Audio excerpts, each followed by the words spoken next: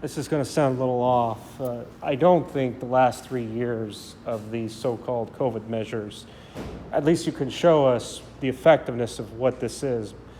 And I think the other comment I want to make is it's clearly a lot of evidence points out that the reason why these schools aren't performing is largely because of their parents skill level, what they know, and that influences the children. And I think we need to look at what kinds of people have been moving here in the last several decades.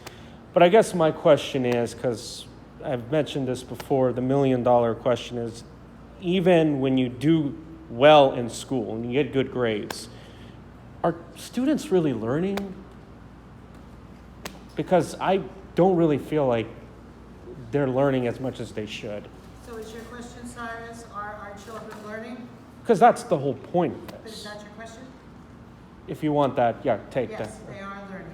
And they are learning because we have amazing educators and parents that are working together. And we're trying to be the conduit. As effective as they should. Like when they give 100 concepts, do they pick up 70 or they pick up 30? I don't think that any of us here in this room can answer that for the entire district. And we have close to, I mean, it's not 300,000. I don't know what the latest enrollment count was, but I don't think we can answer that for every single child. I think what we need to be able to look at is that all of our children are unique. There are children with special needs. There are children that learn by different methodologies. And yes, they are learning. We go out to the schools, we visit the classrooms, and we see these amazing teachers. So if your question is, are our children learning?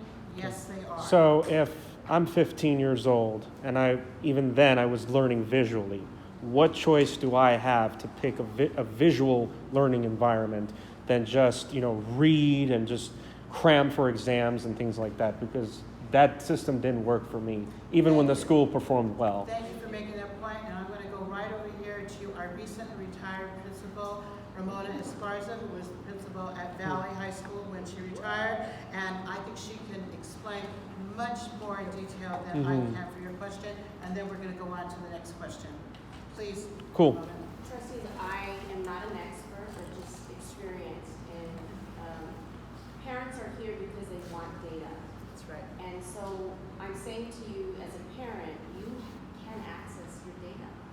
You can go to your school website. They're required to put accountability reports, the NSPF report card. This month there should be a release of reports for school accountability, and it should have all of the identifiers for academics and all the measures and the metrics that the State Department requires. So I would highly recommend and encourage you as parents to go to your school website and look for that data and start asking those questions.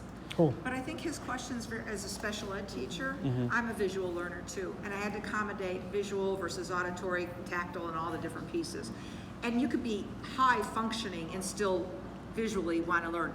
I think your question is very key because not every kid needs to be in special ed nor 504, and yet we should make accommodations for your learning style, and I think that's what you're talking about. And I don't have an answer on how we recognize your learning style. Because, I mean... No, we're not gonna Okay, that was for another theme. Sure, cool. Go ahead. Thank you.